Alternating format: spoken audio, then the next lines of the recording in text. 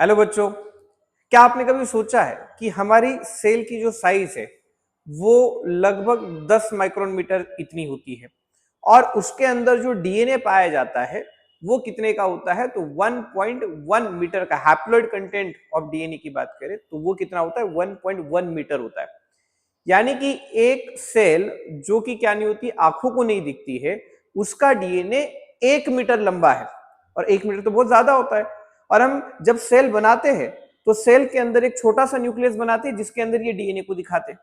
तो सेल कैसे क्या इस डीएनए को ये इतने छोटे से स्ट्रक्चर के अंदर रख पाती है, उसी को आज हम देखने वाले, जो कि क्या है, डीएनए पैकेजिंग। साथ में हम उस डीएनए के स्ट्रक्चर को भी देखेंगे जो इसमें क्या किया जाता है, पैक किया जाता है। तो मैं भूषण सर आपका बायो संकल्प अकेडमी में स्वागत करता हूं। आज हम मॉलिक्यूलर बेसिस ऑफ इनहेरिटेंस के लेक्चर 2 की बात कर रहे हैं, जिसमें हम डीएनए पैकेजिंग और डीएनए स्ट्रक्चर के बारे में पढ़ेंगे। अब तक की कहानी जो हम पिछले लेक्चर के अंदर पढ़ चुके हैं, और अगर आपने वो नहीं देखा है तो एक बार वो भी देख लीजिएगा ताकि आपके ये बेसिक कंसेप्ट जो है ये क्लियर हो जाएंगे। अब तक जो हम पढ़ चुके हैं कि कोई भी न्यूक्लिक एसिड जो है ये किससे बना हुआ होता है? न्यूक्लियोटाइड से बना होता है। और न्यूक्लियोटाइड जो है ये 3 कंपोनेंट से बना होता है, जिसमें नाइट्रोजनस बेस होता है, पेंटोस शुगर होती है और क्या होता है, फॉस्फेट ग्रुप होता है। नाइट्रोजनस बेस दो तरीके के होते हैं, जिनमें डबल मेम्ब्रेन रिंग होती है, जैसे कि उदाहरण के तौर पर एडेनिन और ग्वानिन है। एडेनिन और ग्वानिन ये डीएनए और आरएनए दोनों न्यूक्लिक एसिड के अंदर पाए जाते हैं। हमने फिर उसके बाद में पिरिमिडिन होता है, जो कि क्या होता है, सिंगल रिंग स्ट्रक्चर होता है। ये इसमें क्या होता है, साइटोसिन होता है, थाइमिन होता है और यूरासिल होता है। थाइमिन सिर्फ और सिर्फ डीएनए के अंदर पाया जाता है, यूरासिल सिर्फ और सिर्फ किसके अंदर पाया जाता है, आरएनए के अंदर पाया जाता है। साइटोसिन जो है ये दोनों के अंदर, डीएनए और आरएनए के अंदर क्या रहता है, कॉमन रहता है। इसका मतलब एडेनिन, ग्वानिन और साइटोसिन ये तीनों क्या होते हैं, कॉमन होते हैं डीएनए और आरएनए के अंदर। यूरासिल और थाइमिन जो है ये क्या होते हैं, मॉलिक्यूल स्पेसिफिक होते हैं। जैसे यूरासिल सिर्फ आरएनए के अंदर पाया जाएगा और थाइमिन सिर्फ किसके अंदर पाया जाता है, डीएनए के अंदर पाया जाता है। ठीक है। नेक्स्ट अगर हम बात करें तो ये शुगर है, इसी के बेसिस पर तो क्या बनाए जाते हैं, ये दो टाइप के न्यूक्लिक एसिड आते हैं। एक क्या होता है, ये राइबोन्यूक्लिक एसिड होता है और दूसरा होता है डीऑक्सीराइबोन्यूक्लिक एसिड। दोनों में क्या फर्क है, तो ये शुगर का ही फर्क होता है। जिसमें राइबोज शुगर प्रेजेंट होती है उसे क्या कहा जाता है, ये आरएनए कहा जाता है। और जिसमें डीऑक्सीराइबोज शुगर होती है इसको क्या कहा जाता है, डीएनए कहा जाता है। आरएनए का स्ट्रक्चर अगर आप देखेंगे तो आरएनए के शुगर के स्ट्रक्चर के अंदर यहाँ पर ये H O H, H O H, H O H, CH2OH और ये क्या होता है, H होता है। ये कौन सी शुगर है, राइबोज शुगर होती है। ठीक है। और अगर आप डीएनए के शुगर के स्ट्रक्चर को देखेंगे तो वो इस तरीके से होता है। इसमें ये HOH, H H H OH, CH2OH और ये H। फर्क अगर आप देखेंगे तो ये कार्बन नंबर 1 पोजीशन होती है, दिस इज 1 पोजीशन। ठीक है, ये कार्बन नंबर 1 पोजीशन है, 1।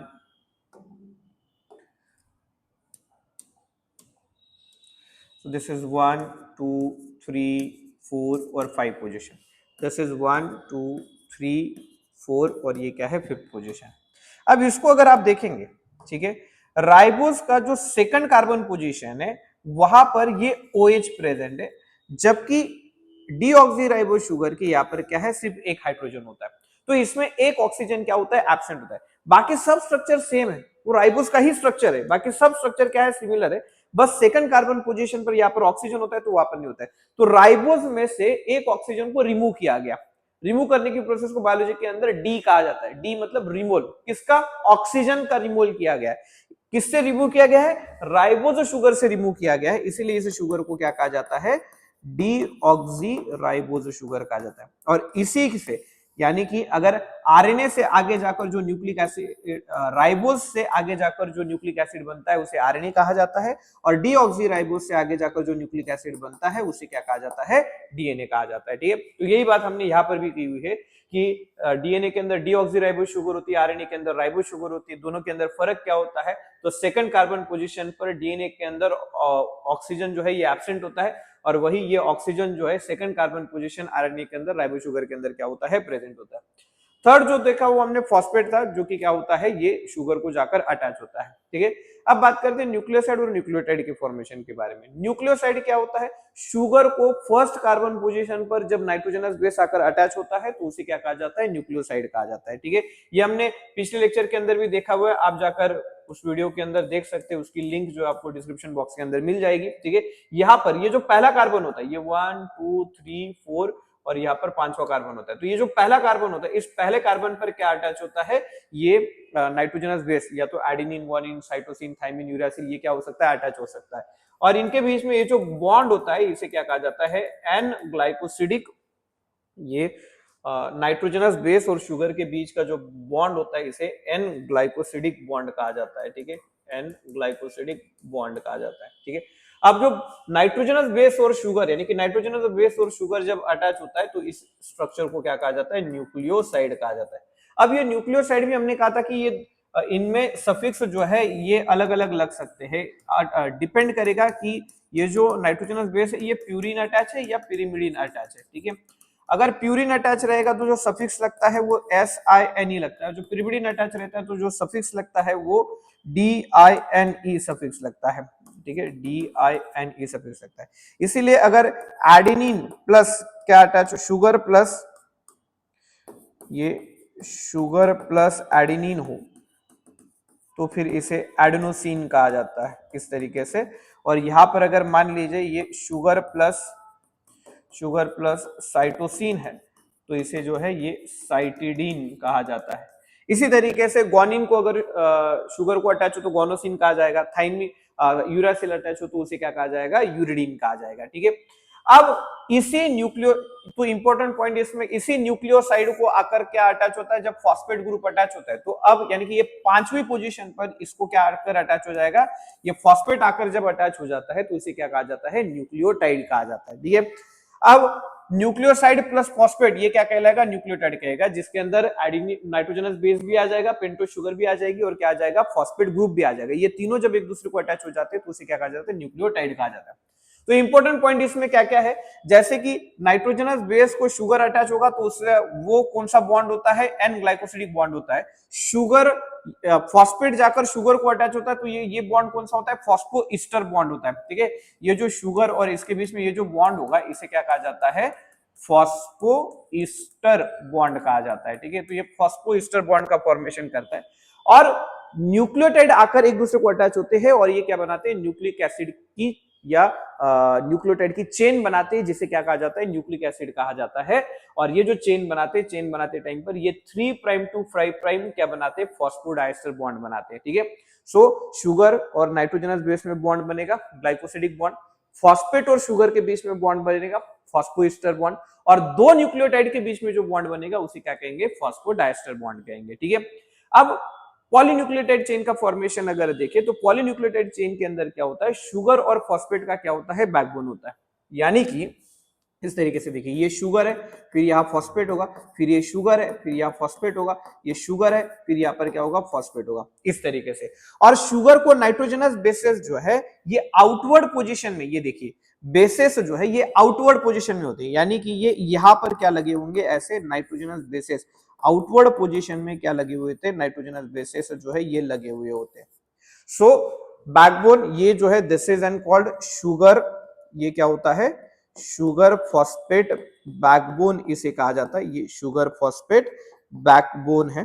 ठीक है, और नाइट्रोजनस बेसेस जो ये आउटवर्ड पोजीशन में इसको लगे हुए होते हैं। ठीक है, अब जिस एंड पर फॉस्फेट फ्री होता है, देखिए ये वाले एंड पर फॉस्फेट फ्री है तो इसे क्या कहा जाता है, ये 5 प्राइम एंड कहा जाता है। So this is refer to as 5 prime, इसको जो है ये क्या कहा जाता है, 5 प्राइम, ये 5 प्राइम एंड कहा जाता है।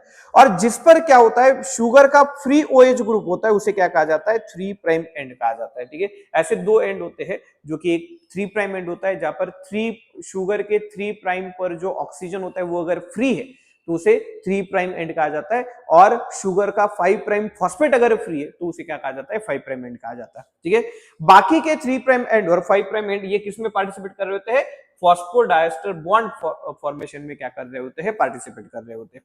इस तरीके से क्या बनता है, न्यूक्लियोटाइड का चेन बनता है, जिसे हम क्या कहते हैं, न्यूक्लिक एसिड कहते हैं।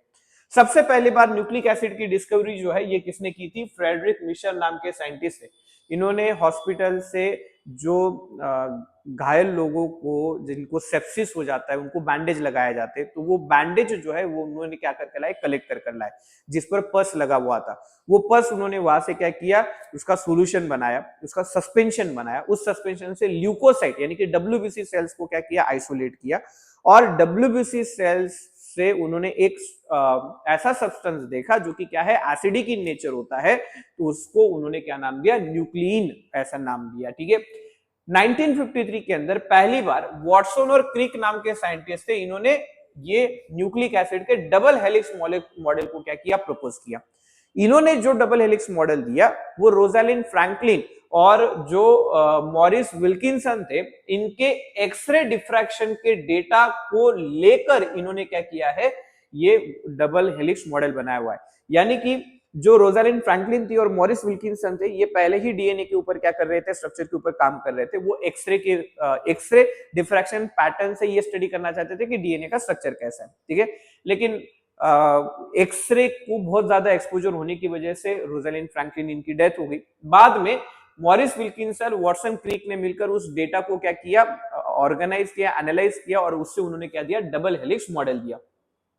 अब इसमें हमने चारगफ रूल के बारे में बात करी थी। ठीक है, और वॉटसन क्रिक भी अपने डीएनए बेस पेयरिंग के अंदर कहते हैं कि दो डीएनए के स्ट्रैंड जो होते हैं ये एक दूसरे से क्या करते हैं? कॉम्प्लीमेंट्री फॉर्मेशन करते हैं। कॉम्प्लीमेंट्री का मतलब होता है, वो कहते हैं कि एडेनिन जो है एक स्ट्रैंड के अंदर, डीएनए स्ट्रैंड के अंदर, वो दूसरे स्ट्रैंड के अंदर थाइमिन से क्या करता है? पेयरिंग करता है। और ग्वानिन जो है वो दूसरे स्ट्रैंड के अंदर किससे पेयर करता है? साइटोसिन से पेयर करता है। वो कहते हैं कि एडेनिन और थाइमिन जब भी पेयर होंगे तो उनमें 2 हाइड्रोजन बॉन्ड होंगे, और ग्वानिन और साइटोसिन जब भी पेयर करेंगे तो उनके अंदर कितने हाइड्रोजन बॉन्ड होंगे? 3 हाइड्रोजन बॉन्ड होंगे। ठीक है, सो ये कॉम्प्लीमेंट्री बेस पेयरिंग रूल कहता है। ये देखिए, एडेनिन और थाइमिन जब कभी भी एक दूसरे से क्या होंगे? पेयर करेंगे, तो क्या करेंगे? 2 हाइड्रोजन बॉन्ड फॉर्म करेंगे। ग्वानिन और साइटोसिन जब कभी भी एक दूसरे से पेयर करेंगे तो कितने हाइड्रोजन बॉन्ड्स बनाएंगे? ये 3 हाइड्रोजन बॉन्ड्स बनाएंगे। ठीक है, अब क्या कहता है चारगाफ रूल? चारगाफ रूल कहता है, पहली बात तो चारगाफ कहते हैं कि ये जो उनका रूल है, only applied to double stranded molecule, only applied to double stranded molecule। ये सिर्फ और सिर्फ किस पर लगाया जा सकता है? डबल स्ट्रैंडेड मॉलिक्यूल के ऊपर ही अप्लाई किया जा सकता है। जैसे कि मान लीजिए आपको गिवन, तो वो क्या कहते हैं? और दूसरी बात कि एक स्ट्रैंड के अंदर the number of purines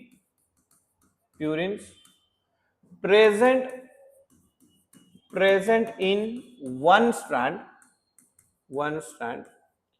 is equal to number of pyrimidine present on another strand। वो कहते हैं कि एक डीएनए के स्ट्रैंड के ऊपर या एक न्यूक्लिक एसिड के स्ट्रैंड के ऊपर जितने प्यूरिन्स होंगे उतने ही पिरिमिडिन्स किस पर पाए जाएंगे? सामने वाले स्ट्रैंड पर पाए जाएंगे।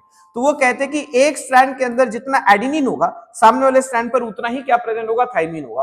और वही एक स्ट्रैंड के अंदर जितना ग्वानिन होगा, सामने वाले स्ट्रैंड पर उतना ही क्या होगा? साइटोसिन होगा। तो जो इसका रेशियो निकल कर आएगा वो क्या निकल कर आएगा? 1 निकल कर आएगा। वो कहते हैं कि the ratio of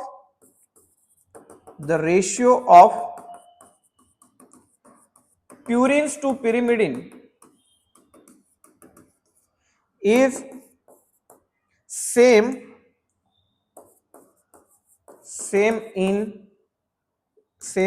within species, but different in between two species। वो कहते हैं कि जैसे हम होमोसेपियंस है, तो मेरे अंदर जितना एडेनिन और adenine plus thymine divided by guanine plus cytosine का रेशियो होगा, जो कि जनरली 1.1 या 1.2 होता है, तो ये रेशियो मेरे अंदर, आपके अंदर, बाकी सब होमोसेपियंस के अंदर एक ही होगा, एक जैसा ही होगा। लेकिन हमारे अंदर, और मान लीजिए कि अदर स्पीसीज है, जैसे मंकी की कोई स्पीसीज है, उनमें और हमारा क्या किया जाए, ये रेशियो फाइंड आउट किया जाए, तो ये रेशियो क्या करेगा, वेरी करेगा। So with in a species ये रेशियो सेम रहता है, but between two different species ये रेशियो क्या हो जाता है, चेंज हो जाता है।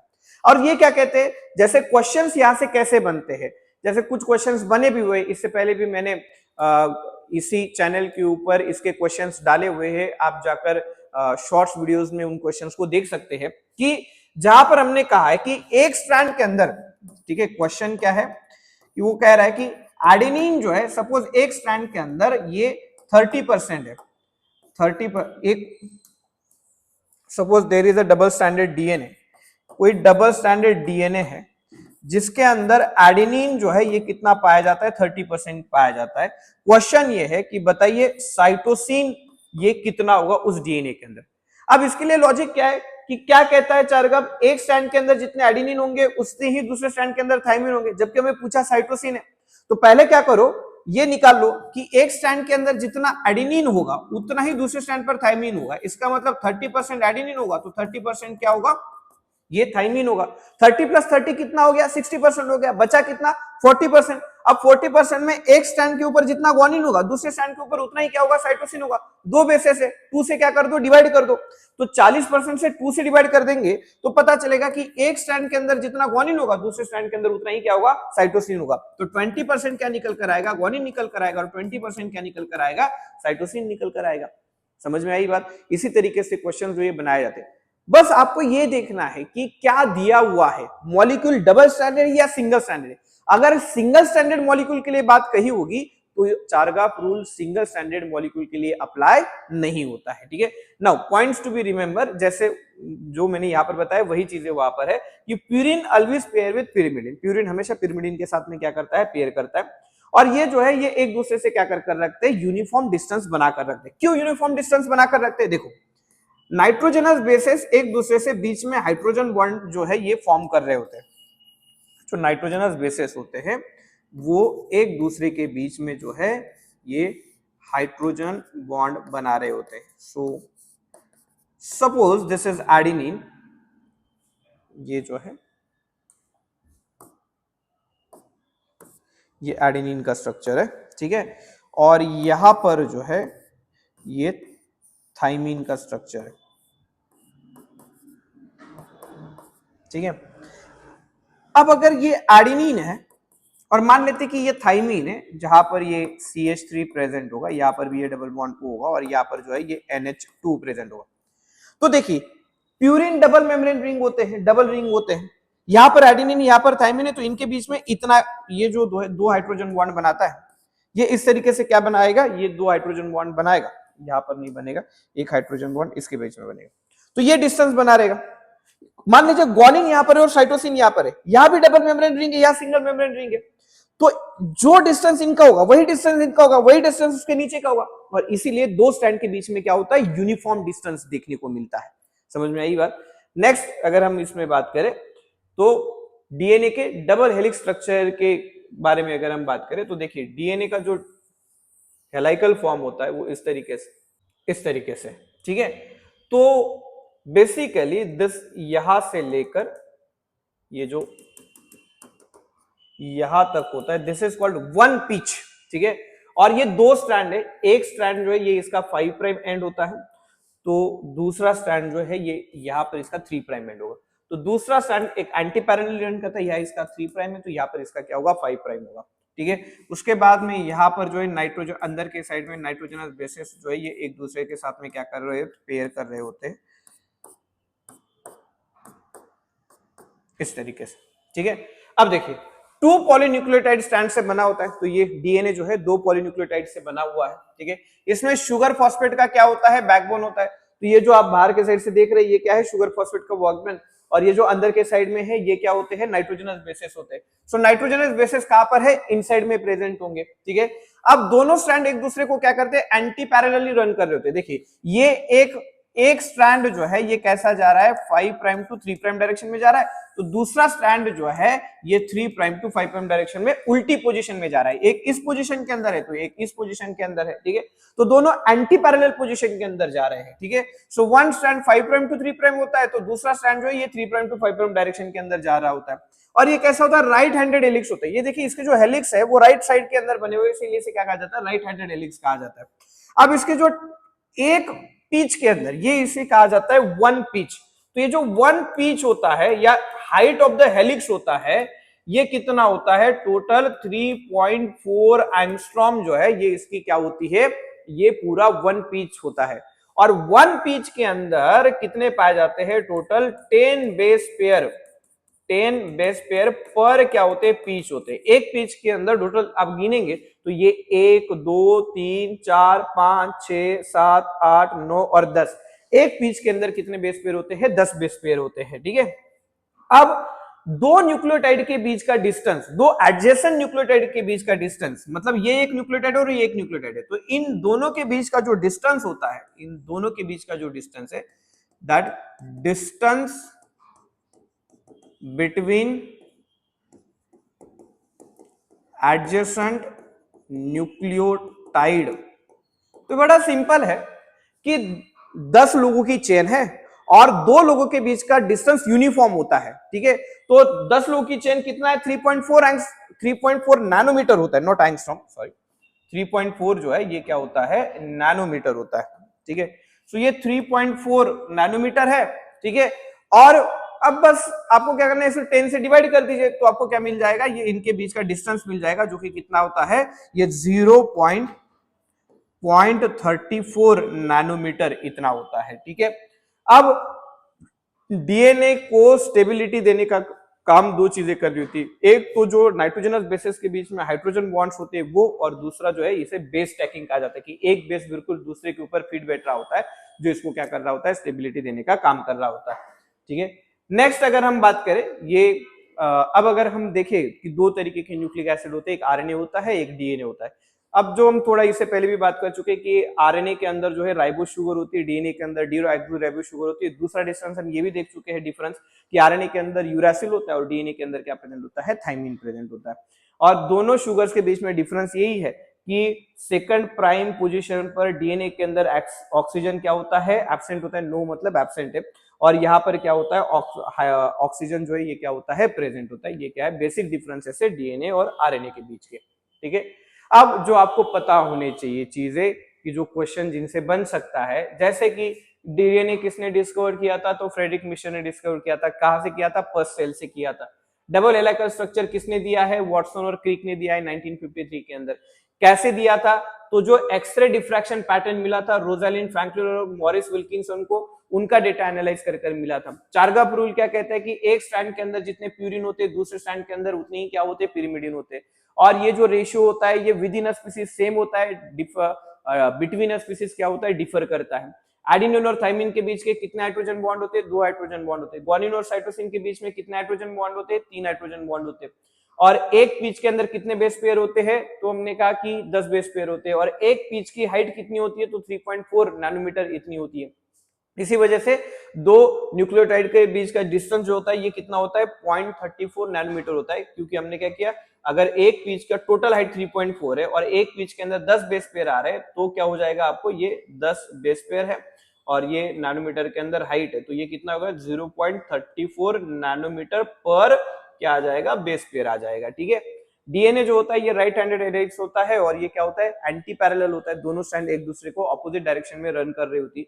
बैकबोन के अंदर क्या प्रेजेंट होता है, शुगर और फॉस्फेट प्रेजेंट होता है। दो न्यूक्लियोटाइड के बीच का जो बॉन्ड होता है उसे क्या कहा जाता है, 3 prime to 5 prime phosphodiester bond कहा जाता है। प्यूरिन प्लस पिरिमिडिन पेयरिंग ये डीएनए के डायमीटर को क्या रखता है, कांस्टेंट रखता है थ्रू आउट द डीएनए, ठीक है। ये चीजें जो हमने पढ़ी हुई थी इसको शॉर्ट में क्या कर लिया, रिवाइज कर लिया। अब अगर हम बात करें, अब डीएनए पैकेजिंग के बारे में बात करते हैं। डीएनए पैकेजिंग बेसिकली पहले हम प्रोकैरियोटिक सेल को देखते हैं, यहाँ पर ये दिया नहीं लेकिन हम पहले प्रोकैरियोटिक सेल का देखते हैं। देखिए प्रोकैरियोटिक सेल में जो हमें एग्जांपल दिया हुआ है प्रोकैरियोटिक सेल का, वो दिया हुआ है ई कोलाई, ठीक है। जो एग्जांपल दिया हुआ है वो किसका है, ई कोलाई। एसेरिशिया कोलाई नाम का एक क्या है, ये बैक्टीरिया होता है, अब बेसिकली इस बैक्टीरिया की जीनोम साइज जो है, इसकी जीनोम साइज जो है ये 4.6 इंटू 10⁻⁶ बेस पेयर इतनी होती है, ठीक है। और गिवन में क्या दिया है, द डिस्टेंस बिटवीन टू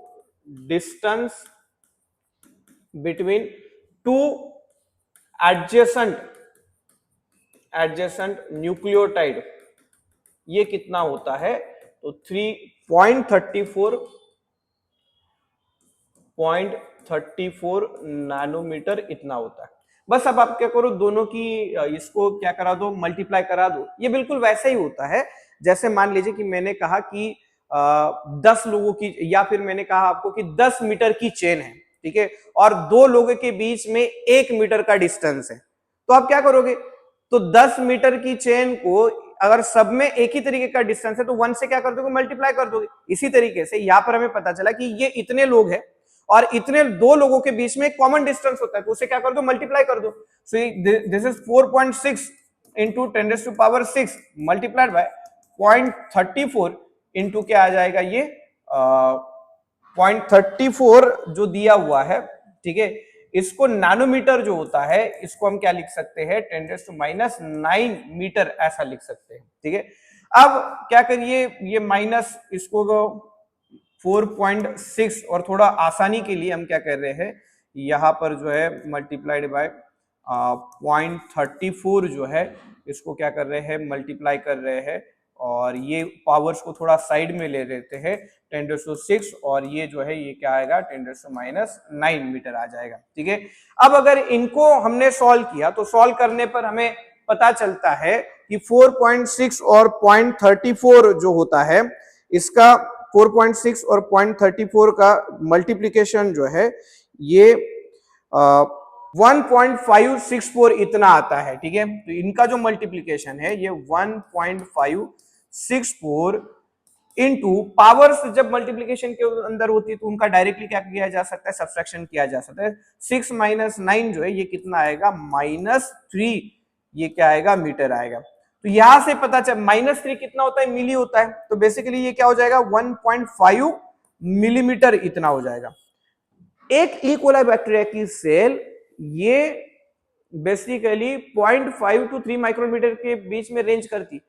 इतना छोटा बैक्टीरिया, उसके अंदर डीएनए का इतना है 1.5 मिलीमीटर का, यानी कि लगभग आपकी स्केल के ऊपर वो जो 2 लाइनें होती है, ये जो आपकी स्केल होती है, इस स्केल के ऊपर ये जो आपकी ये एक लाइन और एक लाइन और दूसरा, ये तो आंखों को दिख रहा है, बैक्टीरिया आंखों को दिखता है क्या, नहीं। इसका मतलब जो चीज आंखों को दिख रही है वो उसमें क्या किया गया है, फिट किया गया है। इसका मतलब there should be a some compaction phenomena, जहां पर डीएनए को कंडेंस कर कहा क्या जाता है, सेल के अंदर जो है ये भरा जाता है, ठीक है। इसको अच्छे से देख लीजिए और इसको लिख लीजिएगा। अब बात करते हैं, इसीलिए डीएनए को क्या करना जरूरी होता है, पैक करना जरूरी होता है, किसके अंदर, सेल के अंदर, और इसीलिए हम क्या पढ़ रहे हैं, डीएनए पैकेजिंग को पढ़ रहे हैं। अब अगर डीएनए पैकेजिंग के बारे में हम बात करें, सो डीएनए पैकेजिंग के अंदर सबसे पहले हम प्रोकैरियोटिक डीएनए पैकेजिंग के बारे में बात करेंगे। और प्रोकैरियोटिक डीएनए पैकेजिंग को अगर हम देखेंगे तो हमें पता चलता है कि प्रोकैरियोटिक सेल के अंदर ट्रू न्यूक्लियस नहीं होता है। ये हम पहले भी क्लास 11 के अंदर भी पढ़ चुके हैं, जब हमने प्रोकैरियोटिक सेल का स्ट्रक्चर पढ़ा था। ये क्या होता है, प्रोकैरियोटिक सेल का स्ट्रक्चर होता है, इसके अंदर जो है क्या प्रेजेंट होता है, कोई न्यूक्लियस जैसा स्ट्रक्चर नहीं है। इसके अंदर डीएनए जो होता है ये लूप फॉर्म के अंदर क्या होता है, प्रेजेंट होता है, जिसे क्या कहा जाता है, न्यूक्लियोइड कहा जाता है। DNA is present in a form of nucleoid के फॉर्म के अंदर है। इस तरीके से लूप्स के फॉर्म के अंदर जो है ये क्या होता है, इसका डीएनए जो है ये पूरे साइटोप्लाज्म के अंदर जो है ये इस तरीके से फैला हुआ होता है, जिसे क्या कहा जाता है, न्यूक्लियोइड कहा जाता है, ठीक है। अब डीएनए एसोसिएटेड, इनके ऊपर भी क्या होते हैं, कुछ पॉजिटिवली चार्ज प्रोटीन होते हैं, और ये जो पॉजिटिवली चार्ज प्रोटीन होते हैं ना, एनसीईआरटी ने दिया नहीं, लेकिन मैं आपको बता रहा हूं कि ये HU और HNS जैसे कुछ क्या होते हैं, प्रोटीन होते हैं, जो कि क्या कर रहे होते हैं, ये हिस्टोन लाइक प्रोटीन्स है, हिस्टोन जैसे होते हैं, ये पॉजिटिवली चार्ज प्रोटीन होते हैं, डीएनए नेगेटिवली चार्ज होता है, जिसकी वजह से ये डीएनए इन प्रोटीन्स के ऊपर क्या हो पाता है, रैप हो पाता है, और ये इस तरीके का जो है ये लूप लाइक स्ट्रक्चर बना पाता है, ठीक है। वही हम कह रहे हैं कि इसका जो डीएनए होता है ऑर्गेनाइज होता है किसके अंदर, लार्ज लूप डोमेन्स के अंदर। इतनी ही इंफॉर्मेशन हमें कहां पर दी हुई है, एनसीईआरटी के अंदर दिया हुआ है। सॉरी। नेक्स्ट जो है ये यूकैरियोटिक डीएनए पैकेजिंग है। यूकैरियोटिक डीएनए पैकेजिंग की अगर हम बात करें, इसको तो और ज्यादा कंडेंस करने की जरूरत होती है। क्यों? देखिए, ये मैमिलियन सेल का डीएनए लेंथ है, कितना है? 2.2 मीटर है। ठीक है, हमारे जो न्यूक्लियस का साइज होता है या डीएनए का जो साइज होता है वो 3.3 इंटू 10⁹ बेस पेयर होता है। ठीक है, इसको अगर आप मल्टीप्लाई करेंगे 0.34 इंटू 10⁻⁹ मीटर के साथ में, ठीक है, सो 3.3 इंटू ये जो 0.34 होता है, 3.3 इंटू 0.34 जो है, इसका मल्टीप्लीकेशन अगर करेंगे तो मल्टीप्लीकेशन करने पर ये 1.12 समथिंग कुछ आएगा, इंटू ये 10⁹ इंटू ये 10⁻⁹ मीटर हो जाएगा, +9 -9 कैंसिल हो जाएगा, और ये फाइनल लेंथ कितनी निकल कर आएगी? 1.12 मीटर निकल कर आएगी। ये हैप्लॉइड डीएनए कंटेंट है। ये क्या होता है? हैप्लॉइड डीएनए कंटेंट होता है। वही डिप्लॉइड के अंदर ये क्या हो जाएगा? डबल हो जाएगा। ठीक है, ये 2.24 निकल कर आएगा। तो बेसिकली वही यहां पर दिया हुआ है कि जब हमारा डिप्लॉइड डीएनए कंटेंट होता है उसकी साइज कितनी होती है डीएनए की? ये 2.2 मीटर इतना होता है। जबकि न्यूक्लियस की साइज कितनी है? 10⁻⁻6 मीटर, यानी कि माइक्रोन मीटर के अंदर है। एक जो डीएनए जो ये 2 मीटर का है, ठीक है, जिससे एक हमारा पूरा शर्ट बन जाता है उतने कपड़े से, 2 मीटर के कपड़े से। आप सोचो 2 मीटर का क्या है? डीएनए है, और न्यूक्लियस की साइज कितनी है? माइक्रोन मीटर के अंदर है, जो आपको को दिखतो भी नहीं है। तो इसका मतलब है डीएनए को कितना ज्यादा क्या किया जाता होगा? कंडेंस किया जाता होगा न्यूक्लियस के अंदर भरने के लिए। ठीक है, सो यही प्रोसेस जो है ये हमने यहां पर दिखाई हुई है। ठीक है, सो बेसिकली यूकैरियोटिक सिस्टम के अंदर क्या प्रेजेंट होते हैं? हिस्टोन प्रोटीन्स प्रेजेंट होते हैं। हिस्टोन जो है ये पॉजिटिवली चार्ज अमीनो एसिड्स होते हैं। हिस्टोन जो है ये rich in positively charge amino acid होते हैं, जो लाइसिन और क्या होता है? आर्जिनिन होता है। ठीक है, तो देखिए ये बेसिक या पॉजिटिवली चार्ज अमीनो एसिड से रिच होते हैं। ये लाइसिन और आर्जिनिन नाम के अमीनो एसिड इनमें सबसे ज्यादा होते हैं, जो पॉजिटिवली चार्ज अमीनो एसिड है। ये क्या करते हैं? Neutralize negatively charge on DNA. यानी कि देखो ये हिस्टोन प्रोटीन है, इसके ऊपर क्या होता है? पॉजिटिवली चार्ज अमीनो एसिड होने की वजह से ये इसके ऊपर पूरा पॉजिटिव चार्ज होता है। अब डीएनए जो है ये इसके ऊपर क्या होता है? इस तरीके से जो है ये रैप किया जाता है, इस तरीके से लूप के फॉर्म में ये क्या होता है? रैप हो रहा होता है। वो इसलिए रैप हो पाता है क्योंकि डीएनए के ऊपर क्या होता है? इस तरीके से ये नेगेटिव चार्ज होता है। तो पॉजिटिव नेगेटिव चार्जेस के बीच में क्या होता है? अट्रैक्शन होता है, अट्रैक्टिव फोर्सेस लगते हैं, जिसकी वजह से डीएनए किसके ऊपर रैप रह सकता है? ये हिस्टोन प्रोटीन्स के ऊपर क्या रह सकता है? रैप रह सकता है। ठीक है, ये हिस्टोन है और ये जो है ये डीएनए है। ठीक है, अब हिस्टोन जो है ये ऑक्टामेरिक प्रोटीन है, ये 8 सब यूनिट से बना हुआ है। हिस्टोन कितने सब यूनिट से बना हुआ है? 8 सब यूनिट से बना हुआ है, ऑक्टामेरिक प्रोटीन है। ठीक है, ये इसमें 8 हिस्टोन के मॉलिक्यूल्स होते हैं। डीएनए इसके ऊपर क्या किया जाता है? ऑक्टेमर के ऊपर क्या किया जाता है? रैप किया जाता है। ठीक है, अब इसके 8 सब यूनिट की अगर हम बात करें तो इसके 8 सब यूनिट में बेसिकली 4 डिफरेंट सब यूनिट होते हैं। तो हिस्टोन के क्या होते हैं? हिस्टोन सब यूनिट की अगर हम बात करें तो हिस्टोन के 4 सब यूनिट होते हैं, जैसे कि H2A, फिर H2B, फिर H3 होता है, और फिर जो है ये क्या होता है? H4 होता है। और ये सारे के सारे मल्टीप्लाइड बाय 2 होते हैं, तब जाकर ये क्या निकल कर आएगा? 8 सब यूनिट का प्रोटीन निकल कर आएगा। H2A H2B को अटैच रहता है, और H2B H2A को अटैच रहता है, उसी तरीके से H3 H4 को अटैच रहता है। ठीक है, अब न्यूक्लियोसोम की अगर हम बात करें, ये जो स्ट्रक्चर है ये न्यूक्लियोसोम का स्ट्रक्चर है, जिसमें डीएनए प्लस क्या होता है? हिस्टोन ऑक्टेमर होता है। इसे क्या कहा जाता है? न्यूक्लियोसोम कहा जाता है। तो ये जो स्ट्रक्चर आप देख पा रहे हैं ना, ये स्ट्रक्चर किसका है? This is an structure of nucleosome. ये न्यूक्लियोसोम का क्या होता है? स्ट्रक्चर होता है, जहां डीएनए प्लस क्या होता है? ये हिस्टोन प्रोटीन होता है, उसे क्या कहा जाता है? न्यूक्लियोसोम कहा जाता है। और fundamental basic unit of chromatin होता है। इसमें टोटल कितने बेस पेयर पाए जाते हैं? ये 200 बेस पेयर पाए जाते हैं। यानी कि देखो, ठीक है, यहां पर अगर हम बात करें थोड़ा सा, ये इस तरीके से ये हिस्टोन प्रोटीन होता है, और ये हिस्टोन के ऊपर जो है ये क्या प्रेजेंट होता है? इस तरीके से डीएनए को रैप किया जाता है। तो ये येलो कलर के अंदर क्या है? ये डीएनए मॉलिक्यूल समझिए, और जो व्हाइट कलर के अंदर है वो क्या है, हिस्टोन है। सो दिस इज हिस्टोन, ये हिस्टोन है, और ये जो है ये क्या है, डीएनए है। तो हिस्टोन प्लस डीएनए को, इसको क्या कहा जाता है, न्यूक्लियोसोम कहा जाता है। अब ये जो न्यूक्लियोसोम है, इसके ऊपर टोटल कितने बेस पेयर होते हैं, 200 बेस पेयर पाए जाते हैं। लेकिन जो बेस पेयर सिर्फ हिस्टोन के ऊपर होते हैं, ये जो होता है DNA which is present on histone, उसे कोर डीएनए कहा जाता है। तो यहां से लेकर यहां तक जो डीएनए प्रेजेंट होता है उसे क्या कहा जाता है, कोर डीएनए कहा जाता है। सो उसे हम क्या कह रहे हैं, कोर डीएनए कह रहे हैं। तो ये जो कोर डीएनए होता है, इस कोर डीएनए पर 146 बेस पेयर प्रेजेंट होते हैं। और ये जो डीएनए होता है जो किसी भी हिस्टोन को अटैच नहीं है, इसे क्या कहा जाता है, लिंकर डीएनए कहा जाता है। ठीक है, तो इस तरीके से ये न्यूक्लियोसोम का क्या होता है, स्ट्रक्चर होता है। अब अगर हम बात करें, सो यहां पर जो कहानी दी हुई है कि ये 200 बेस पेयर होते हैं। अब क्रोमैटिन की ऑर्गेनाइजेशन के बारे में बात करते हैं। डीएनए हिस्टोन के ऊपर अटैच होता है, न्यूक्लियोसोम का फॉर्मेशन करता है। न्यूक्लियोसोम सोलेनॉइड पैकिंग करते हैं, जिससे कि वो क्या बनाते हैं, क्रोमैटिन बनाते हैं। और क्रोमैटिन जो है आगे जाकर क्या बनाता है, क्रोमैटिन फाइबर बनाता है। और क्रोमैटिन फाइबर जो है आगे जाकर क्या बना रहा होता है, क्रोमोसोम बना रहा होता है। ये जो डायग्राम है ये उसी को क्या कर रहा है, एक्सप्लेन कर रहा है। ये देखिए डीएनए का स्ट्रक्चर है। डीएनए, अब ये जो पिंक कलर के प्रोटीन देख रहे हैं, ये क्या कहा जाता है, ये हिस्टोन है। और ये जो धागे जैसा स्ट्रक्चर दिख रहा है, ये क्या है, डीएनए है। तो डीएनए क्या किया गया है, इन धागों के ऊपर क्या, ये धागा जो है ये इन हिस्टोन प्रोटीन्स के ऊपर क्या किया गया है, ये रैप किया गया है। तो कई सारे स्ट्रक्चर एक साथ में देखने के बाद में ऐसे लगता है कि जैसे किसी धागे के अंदर मोती पिरोए गए हो, लाइक दिस। ठीक है, ये स्ट्रक्चर जो है ऐसे कई सारे न्यूक्लियोसोम को जब ये अटैच होता है, यहाँ एक हिस्टोन है, यहाँ एक हिस्टोन है, यहाँ एक हिस्टोन है, और ये हिस्टोन के ऊपर जो है डीएनए इस तरीके से रैप किया गया है। ठीक है, इस तरीके से रैप किया गया। तो इसको देखने के बाद में ऐसे लगता है ना, डीएनए जैसे एक धागा है और हिस्टोन जो है ये क्या है, मोती है।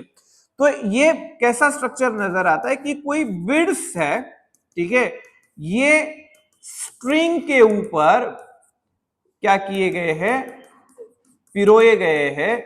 इसी को क्या कहा जाता है, बिड्स ऑन स्ट्रिंग स्ट्रक्चर कहा जाता है, जो कि 9 नैनोमीटर का क्या बनाता है, ये 11 नैनोमीटर का ये क्या बना रहा होता है, स्ट्रक्चर बना रहा होता है। ठीक है, अब इसका सोलेनॉइड पैकिंग होता है, यानी कि ये जो है इस तरीके से ऐसे स्ट्रक्चर जो है, 6 स्ट्रक्चर जो है, ये 1, फिर ये 2, फिर ये 3, फिर ये 4, फिर ये 5, फिर ये 6।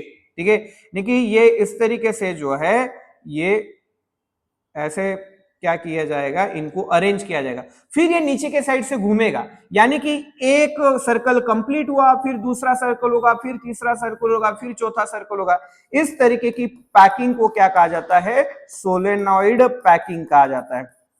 ठीक है, अब बेसिकली रिसीवर के फोन तो वैसे बहुत कम हो गए, लेकिन जो रिसीवर के फोन हुआ करते थे उनकी वायर हुआ करती थी, वो ऐसी ही हेलाइकल पोजीशन में हुआ करती थी। देखिए इतनी छोटी सी वायर, जब वो फोन रिसीवर पर रखा हुआ होता था तो ऐसा लगता था कि ये इतनी छोटी सी वायर है, लेकिन जब उसको खींचा जाता तो वो बहुत लंबी खींची जाती थी, यानी कि उसमें सोलेनॉइड पैकिंग करके उसके डिस्टेंस को क्या कर दिया होता है, शॉर्ट कर दिया होता है। यही तो हम चाहते हैं कि ये जो लंबा मॉलिक्यूल है ये छोटे से छोटे स्ट्रक्चर में क्या हो जाए, कन्वर्ट हो जाए। फिर ये सोलेनॉइड पैकिंग जो है एक स्पेशलाइज्ड प्रोटीन पर क्या किया जाता है, अरेंज किया जाता है। और वो जो स्पेशलाइज्ड प्रोटीन होता है इसे स्कैफोल्ड प्रोटीन कहा जाता है। ये इस तरीके से जो है यहाँ पर ऐसा एक प्रोटीन होता है जिसे कि क्या कहा जाएगा, ये स्कैफोल्ड प्रोटीन नाम दिया जाता है। सो इस तरीके से ये जो प्रोटीन है ये स्कैफोल्ड प्रोटीन है। और इस स्कैफोल्ड प्रोटीन के ऊपर क्या होते हैं, कुछ रीजन्स प्रेजेंट होते हैं। जितने रीजन्स यहाँ पर होंगे, जितने पास में होंगे लूप उतनी ज्यादा बड़ी बनती है, जितनी दूर की तरफ ये रीजन होता है लूप उतनी छोटी बनती है। ठीक है, यानी कि देखिए अब डीएनए की लूप अगर मैं इसमें बनाऊं तो हम कह रहे हैं कि ये लूप देखिए जितने पास ये डीएनए यहाँ पर जितने पास होगा ना ये लंबी लूप बनाता है, जितना ये छोटी लूप बनाता है लंबी लूप बनाएगा छोटी। इस तरीके से जो है ये क्या होता है, अरेंज होता है। ये जो प्रोटीन है इसे क्या कहा जाता है, दिस इज स्कैफोल्ड प्रोटीन। तो ये स्कैफोल्ड के ऊपर क्या किया जाता है, अरेंज किया जाता है। और ये बेसिकली क्या होता है, क्रोमैटिन फाइबर जो है ये इसके ऊपर क्या किया गया है, अटैच करवाया गया।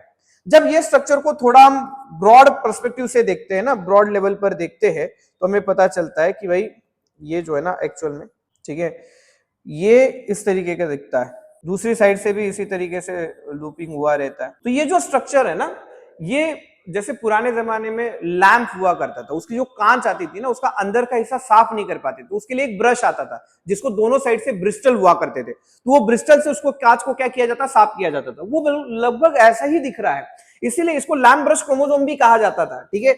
और ये स्ट्रक्चर जब और फोल्ड होकर इस तरीके का फाइनली क्या बना देता था, स्ट्रक्चर बना देता था, ठीक है। अब जो छोटी आर्म होती थी उसे बेसिकली हम कहते थे कि ये क्या है, ये पी आर्म है। जो बड़ी आर्म होती थी इसे क्या कहा जाता था, ये क्यू आर्म कहा जाता था।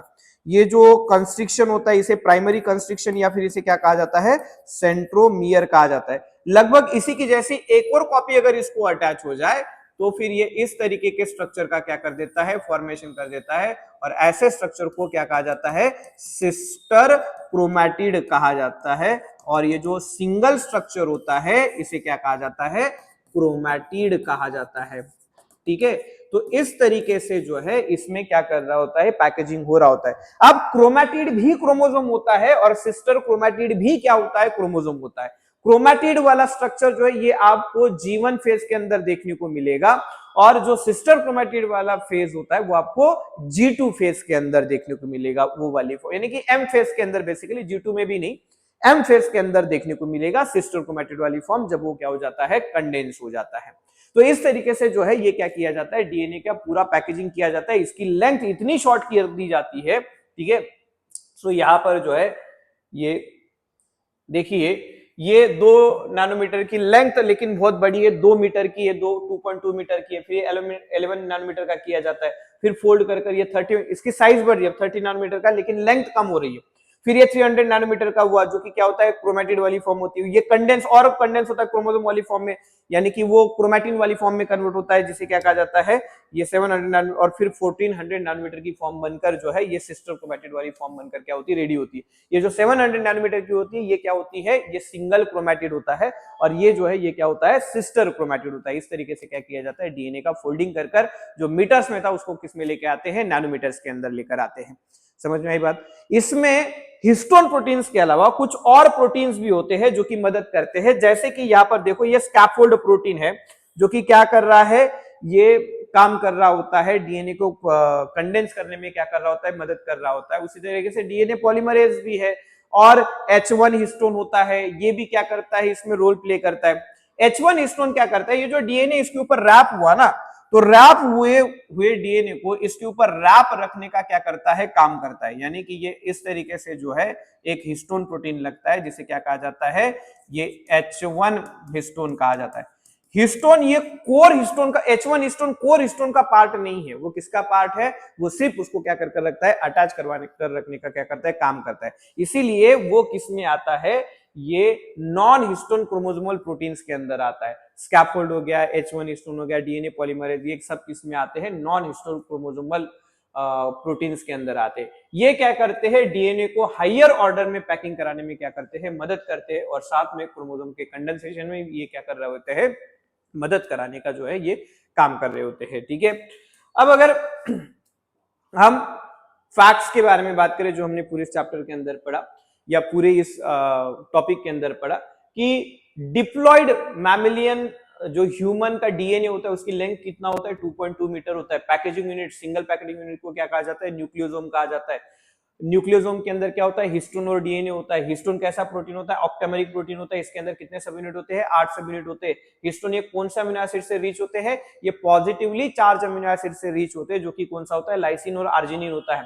हिस्टोन कैसे होते हैं, पॉजिटिवली चार्ज होते हैं। डीएनए कैसा होता है, नेगेटिवली चार्ज होता है, ठीक है। 200 बेस पेयर का क्या होता है, डीएनए किसके ऊपर रैप रहता है, हिस्टोन के ऊपर रैप रहता है। कोर डीएनए जो होता है वो कितना होता है, 146 बेस पेयर का होता है, और बाकी जो होता है ये क्या होता है आपका, लिंकर डीएनए प्रेजेंट होता है। न्यूक्लियोसोम, ऐसे कई सारे न्यूक्लियोसोम फॉर्म होते हैं जो कि क्या बनाते हैं, बिट्स ऑन स्ट्रिंग का स्ट्रक्चर बना रहे होते हैं। हायर पैकेजिंग के अंदर क्या कर रहे होते हैं, नॉन हिस्टोन क्रोमोसोमल प्रोटीन से क्या कर रहे होते हैं, मदद कर रहे होते हैं। अब इसमें एक टर्म आता है यूक्रोमैटिन एंड हेट्रोक्रोमैटिन। जब ये पैकेजिंग हो रहा होता है ना, तो क्या होता है कि जो ऐसे जीन्स जो मान लीजिए कि सेल को कभी नहीं लगने वाले हैं, या कभी कभार लगने वाले हैं, ऐसे जीन्स को क्या किया जाता है, बहुत हाईली पैक किया जाता है, अंदर की तरफ रखा जाता है और ये बहुत गुच्छे में रखा जाता है। ठीक है, जो जीन्स सेल को बार बार लगने वाले होते हैं उनको क्या रखा जाता है, ये फ्रीली ओपन फॉर्म के अंदर रखा जाता है। ये बिल्कुल वैसा ही है जैसे मान लीजिए कि जो रोजाना पहनने के कपड़े हैं वो आपके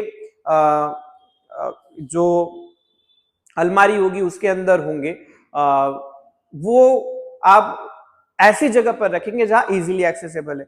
जो कपड़े कभी कभार लगते हैं तो आप उसको अच्छी तरीके से फोल्ड कर कर बैग में रखकर उसी अलमारी के किसी एक अच्छे से कबर्ड के अंदर इसको क्या कर देंगे, डाल देंगे, जो कभी कभार खुलने वाला है। तो इसी तरीके से जो जीन्स कभी कभार लगने वाले हैं उनको बहुत डेंसली पैक किया जाता है और जो प्रोटीन्स बार बार लगने वाले हैं उनको क्या रखा जाता है, थोड़ा फ्री फॉर्म के अंदर रखा जाता है। तो जब इनको क्या किया जाता है, स्टेनिंग किया जाता है, यानी स्टेनिंग मतलब ये ऐसी प्रोसीजर है जिसमें क्या किया जाता है, ये कलर दिया जाता है। तो जब इनका स्टेनिंग किया जाता है तो कलर दिया जाता है इनको, तो देखा जाता है कि जहां पर डीएनए ज्यादा होगा वहां पर ऑब्वियस स्टेन कलर भी क्या रहेगा, ज्यादा रहेगा, क्योंकि वो डीएनए को स्टेन कर रहा है। और जहां पर डीएनए कम रहेगा वहां पर वो स्टेन क्या रहेगा, कम रहेगा। तो न्यूक्लियस के अंदर कुछ रीजन ऐसा होता है जो डार्कली स्टेन होता है, न्यूक्लियस के अंदर कुछ रीजन जो होता है वो क्या होता है, लाइटली स्टेन होता है। तो जो डार्कली स्टेन होता है वो जीन्स कभी नहीं लगने वाले या कभी कभार लगने वाले हैं। ठीक है, इसलिए उनको ये ट्रांसक्रिप्शनली आप इनएक्टिव जीन्स कह सकते हैं। और जो बार बार लगने वाले हैं उनको फ्री रखा गया है, इसलिए वो लाइटली स्टेन है, इसलिए उनको क्या कहा जाता है, यूक्रोमैटिन कहा जाता है, जो कि क्या होते हैं, ये ट्रांसक्रिप्शनली एक्टिव जीन होते हैं। तो यूक्रोमैटिन ये क्या होता है, एक्टिव ट्रांसक्रिप्शन होता है। और ये कैसे होते हैं, स्टेनिंग करने पर ये लाइटली स्टेन होते हैं, इनको कलर कम आता है। और हेट्रोक्रोमैटिन ये ट्रांसक्रिप्शनली इनएक्टिव जीन से बना हुआ होता है, इसीलिए ये एक गुच्छे में रखे जाते हैं। तो ये क्या होते हैं, ये डार्कली स्टेन किए जाते हैं, ये डार्कली स्टेन किए जाते हैं।